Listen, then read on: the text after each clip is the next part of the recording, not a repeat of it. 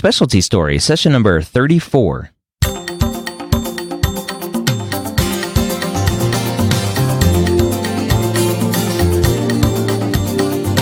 Whether you're a pre-med or a medical student, you've answered the calling to become a physician. Soon you'll have to start deciding what type of medicine you'll want to practice. This podcast will tell you the stories of specialists from every field to give you the information you need to make sure you make the most informed decision possible when it comes to choosing your specialty. Now, welcome back. My name is Dr. Ryan Gray, your host here, as well as the host of many other podcasts at mededmedia.com. That's MEDED media.com. This week, I have a great guest talking all about gastroenterology, specifically interventional endoscopy. We have Dr. Sushil Duddempudi, who is going to tell us all about interventional endoscopy and his journey to becoming an interventional endoscopist and what you should be doing if you would like to be an interventional endoscopist. Dr. Duddempudi has been practicing now as a gastroenterologist for 10 years, specifically as an interventional endoscopist for the last 7 or 8, and practices now in a private practice, but used to be in an academic hybrid private practice. But we're going to cover more of a community-based discussion here for this podcast today. So let's go ahead and jump right in. I asked Dr. Duddempudi how he got interested in GI and specifically interventional endoscopy. I knew pretty early on that I was going to go into a procedure-based field. I joke around that in GI, we're the people that kind of aren't smart enough to do anything else, so we just kind of use procedures as much as we can. We leave the complex stuff to the nephrologists and the neurologists and everybody else. I actually started residency kind of leaning towards cardiology, but realized that I hated EKGs, and that's probably not a great thing if you want to be a cardiologist. And so I gravitated towards the GI field, and I think most interns and residents kind of have that happen to them somewhere during their intern year. They just kind of seem more interested in one area. Some have interest in a couple of areas. And that's kind of what happened to me. I just kind of gravitated toward GI field, hanging around the GI lab. Once I started the GI fellowship, I knew I was into doing procedures, and interventional endoscopy was a good fit for me, because it lets me do procedures most of the time, but I still have some continuity with my patients, and I kind of enjoy chatting with them. So I would say 2/3 to 3/4 of my time is spent doing procedures, and then maybe 1/4 to 1/3 is spent in the office seeing patients in the clinic. What do you think it was about GI that led you down that path when you were still in your internal medicine residency? Sure. GI is a pretty cut and dry field compared to some of the other fields. We usually have a definitive diagnosis pretty early on after seeing a patient, and I like the finality of it. GI is kind of borders that surgical mindset, and a lot of GI guys have that mindset. They see a problem, they want to take care of it. And with GI, you kind of had finality. Patient had rectal bleeding, you do a colonoscopy, you have an answer 99% of the time, or 99% or more. Patient has abdominal pain, unless it's a functional or supratentorial issue, most of the time we come up with an answer. And I kind of like that. And then the opportunity to do procedures. Surgery would have been a nice fit for me as well. I couldn't get up at 5 a.m. every day for the rest of my life. And, that wasn't going to work. So this was kind of, either it would have been kind of one of the parasurgical specialties like ENT urology, would have probably worked for me as well. Or one of the medicine subspecialties that are procedure based. And that's how I ended up in GI. What traits do you think lead to being a good, specifically for your subspecialty training, being a good interventional endoscopist? So that's an interesting question. Many fellows starting their GI fellowship, they often say they want to do interventional endoscopy. And over their first year or two, they kind of self-select out. You have to enjoy doing procedures. That's really what it comes down to. Are some of the fellows that I've worked with and trained over the years. They do come in with a certain special knack. I don't know if it's eye-hand coordination, and there's some of it that just can't be taught. Some people just have eye-hand coordination better than others. 90% of it can be taught and trained. But the real great ones, the people that we look up to in the field that are, pushing the envelope, I think they're born with a little bit of it. And that's what differentiates them from rest of us mere mortals. The guys that are really doing the hardcore cutting edge stuff. So it's a little bit of, something you bring into the fellowship yourself within you. And then 90% of it though is just practicing. Pushing the envelope, not perforating it. Correct. Well, unless there's a little therapeutic misadventure, and that happens occasionally as well. What, as an interventional endoscopist, what types of patients are you seeing and treating and doing procedures on? If you're an academic interventionalist, you can more or less tailor your practice to focus on that. So 75% of your practice may be really advanced procedures. Community-based interventionalists, probably you flip it the other way around. In gastroenterology, our bread and butter is still colonoscopy. So if you're a community-based interventional endoscopist, you're doing probably, depending on your practice, depending on how you want to focus it, up to 50, somewhere between 25 to 75% general, and then the remainder is advanced interventional endoscopy. And what tends to happen is as you get a little bit older, you've done all the crazy stuff and all the cutting edge stuff, you kind of want to settle in a little bit. You want your hours to be a little better. You focus on kind of general gastroenterology and just do the interventional stuff, maybe 25% of the time. Patients we see for general GI are all bread and butter. The younger age groups tend to come in with more functional disorders, abdominal pains, things like that. As they get a little older, into the 50s, then we start doing a lot of colonoscopy screenings. And then also into the 50s and 60s, we start seeing a lot of GI cancers. And interventional endoscopy is very focused on GI cancer. That's where a lot of the techniques are being used and developed. Describe a typical day for you. For general gastroenterologists, most of them will do roughly about a half day in the morning, starting around 7 or 8, going to about 12 or 1 of endoscopy, generally in an outpatient surgery center. And then the afternoon is spent in the clinic. More and more gastroenterologists are kind of coming out of the hospitals and staying in their office and surgery centers. And a new breed of GI called GI hospitalist is just starting to happen, where you're focused on inpatient training. If you go into the bigger cities, that happens less. You kind of have smaller mom and pop shops where you're kind of doing your office stuff, your outpatient procedures. You may swing by the hospital in the morning or at lunchtime or in the evening before you go home to see a consult or two or to do a procedure or two. But it's a mix. Generally it's outpatient procedures, outpatient office visits, which is probably 90% of what gastroenterologists do. Last 10% would be inpatients. If you're an interventional endoscopist, you're going to be a little more heavily focused on the inpatients because that's where a lot of the work comes in. Bile duct obstructions, tumors along the GI tract. Usually those people are sick enough or in pain enough where they come in through the emergency room. That's less common. We see it in the office too, but usually a lot of that work comes in through the emergency room.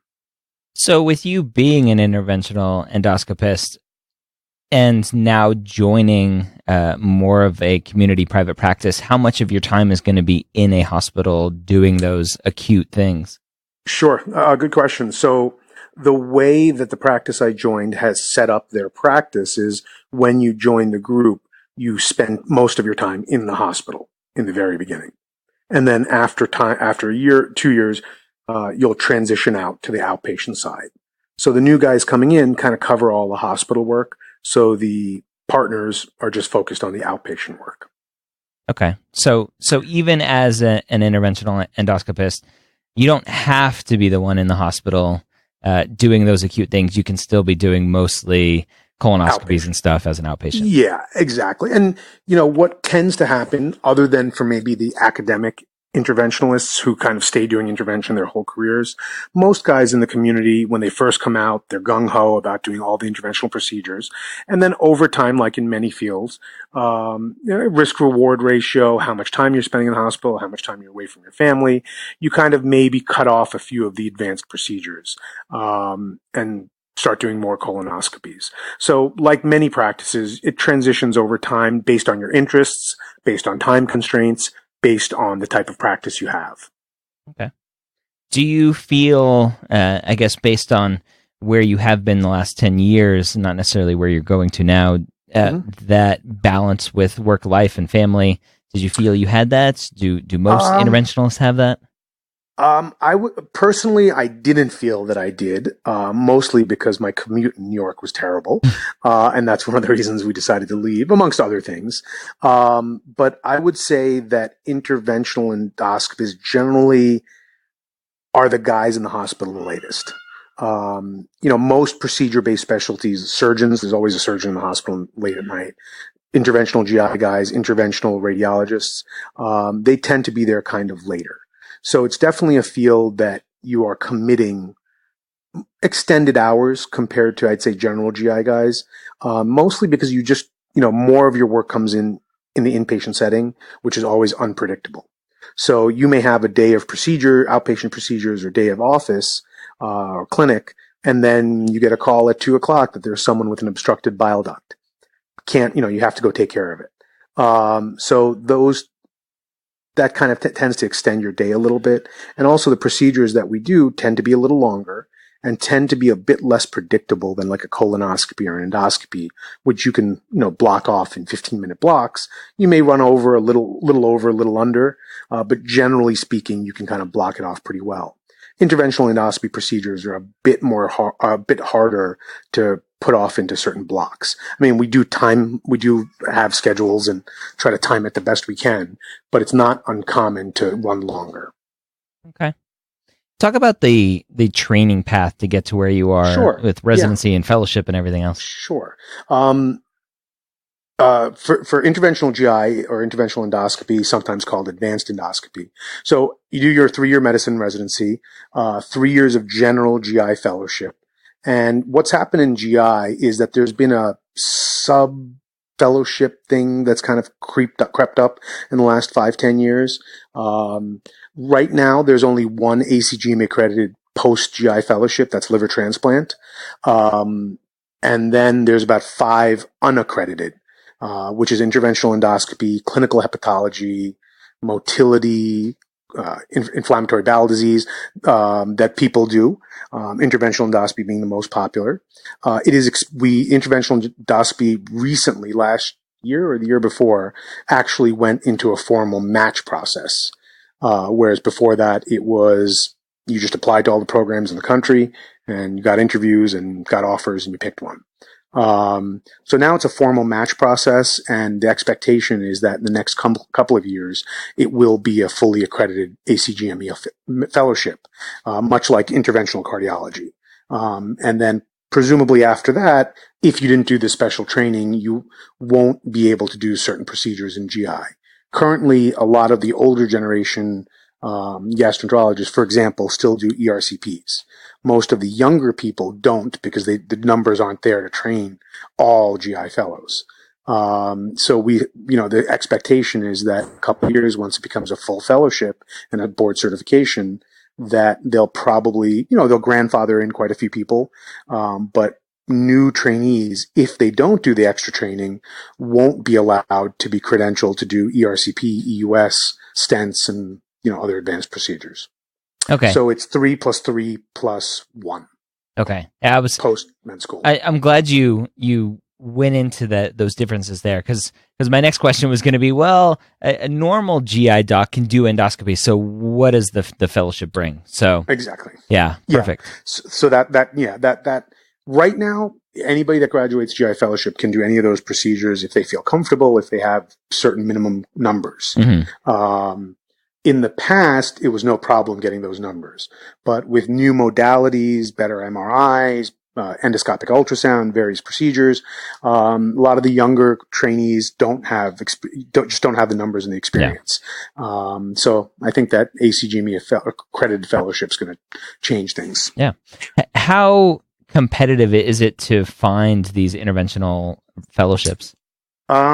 It's pretty competitive. I mean, GI, numbers wise, is the most competitive fellowship. GI and cardiology kind of bounce back and forth. Post medicine fellowships. Interventional endoscopy, when I applied, I guess that's about 8 years ago now, 8 years ago, there was only about 30 programs, maybe 30 programs in the country. Now we're up to probably close to 75. And there's about 350, 400 GI fellows graduating a year. I would say probably 25% apply for advanced interventional training. So it's not, I wouldn't say it's ultra competitive. The majority of fellows that I've trained that wanted to get it got in. Some may have to wait a year.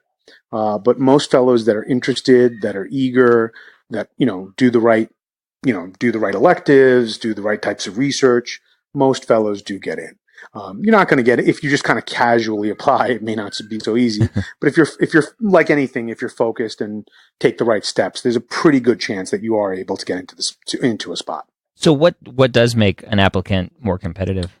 Sure. Well, it's hard to gauge, but most interventional endoscopy directors really are looking for people that have that extra knack that we talked about before, that eye-hand coordination, because some of the more advanced skills just it's hard to train in 1 year. You need fellows that already have some experience. What they're looking for, I think, gauging that during a one-day interview is not easy. It's gauged through letters from your program director, numbers of procedures that you did during your general GI training. And, I've always kind of had this I don't know if it's accurate or not, but I think part of it also is, who do you want to hang out with for a whole year? Interventional endoscopy, unlike other fellowships, I'm sure there's other specialties that have similar things. You're kind of one fellow a year at any program. Even something like as big as Mass General has one interventional endoscopy fellow a year. So it's you. And you're generally working with 1 or 2 or 3 core interventional endoscopy faculty. So you're spending a lot of time with just a couple of people. Whereas in general GI training, you'll rotate around through different hospitals, different services, this and that. So you work with a whole, quite a number of faculty. Whereas interventional endoscopy training, you're really going to be focused with one person or maybe 2. So I think part of it is just who they want to hang out with for a year. So be nice to them on your interviews. I think that's good. One thing that a lot of students worry about is their degree, whether they're an MD or a DO. From your experience, have you seen any negative bias towards DOs in interventional GI? It's an interesting question. I have had the fortunate opportunity to train alongside DOs through all my career. And there have been some that were awesome. They were excellent. And there were some that weren't so good. And that's true of MDs and kind of every specialty out there. Mm-hmm. I don't think there is an inherent institutional bias against DOs, from the program directors. If a resident who's a DO has gotten into general GI fellowship, interventional endoscopy directors, I really don't think are looking at that one way or another. And to kind of add on to that, I think interventional endoscopy directors, if a person is a U.S. grad or a foreign grad, once you get to that level, you've met a lot of floors already. So I don't think that's as relevant. And in fact, if you look at interventional endoscopy fellows across the country, I don't have a number about DOs because it's a little hard to discern, but I would say at least a third of them, maybe more, are foreign grads. Wow. Okay. What do you wish for somebody listening that knows that they don't want to go into GI, knows that they don't want to go into interventional endoscopy, but they want to be the primary care physician? Sure. What would you say to them to educate them on what you do and maybe make your job easier, make the patient's life better? That is a good question.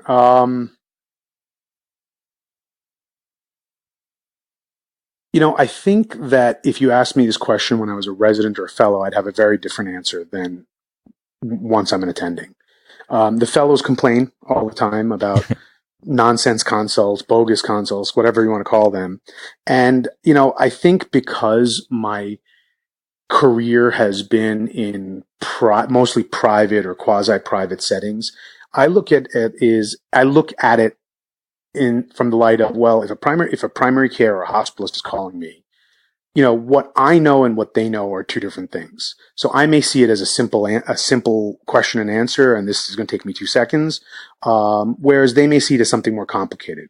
If you asked me the protocols or the JNC7 right now, or maybe we're up to 8 or 9 in primary care, I would have a tough time treating hypertension, diabetes, because I haven't done it in so long. So I look at it as it's just something that they don't do very often, and they have a question. They need some help. So I think that if a primary care physician has a question, I think the best thing to do is just call your local GI guy. Mostly GI guys are pretty laid back. Most of us aren't too uptight. I know with my referral networks and stuff like that, they all have my cell phone and text me and whatnot whenever they have a question, personal or professional or otherwise. So I think that as a specialist, and especially in GI, maybe more so than other fields, we're here to provide a service for them. I joke around with the fellows that we only have an armamentarium of about 6 drugs that we use, and it's not too hard for primary care physicians to learn the dosages of those drugs. We're here to do procedures, and we're here to solve problems that a primary care physician doesn't have the tools to solve. So when they call, help them out. I like it. Kind of a roundabout way to answer your question, though. No, it's good. What other specialties or specialists do you work the closest with? I would say our referring physicians, but I wouldn't say we work with them the closest. We see their names the most because they're sending these patients, but the ones that we work with the most, really work with, are surgeons. Surgeons, interventional. I'd say general GI is surgeons. For interventional endoscopy, we work a lot with specialty surgeons, hepatobiliary, colorectal, and interventional radiologists. Those are the guys that we work with the most, because if we can't take care of something, it generally goes to surgery.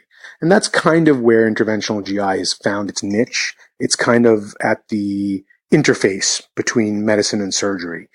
We don't cut, at least on the surface, on skin. We do most all of our cutting inside.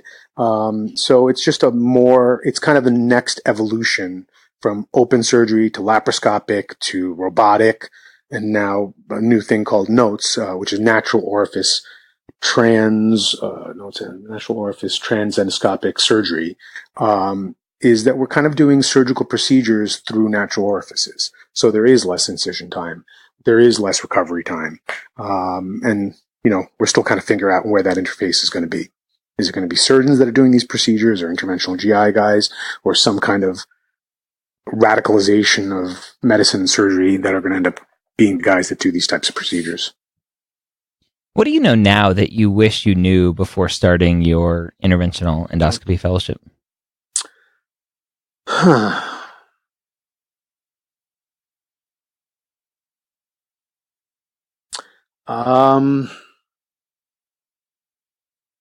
Probably would have gotten better shoes.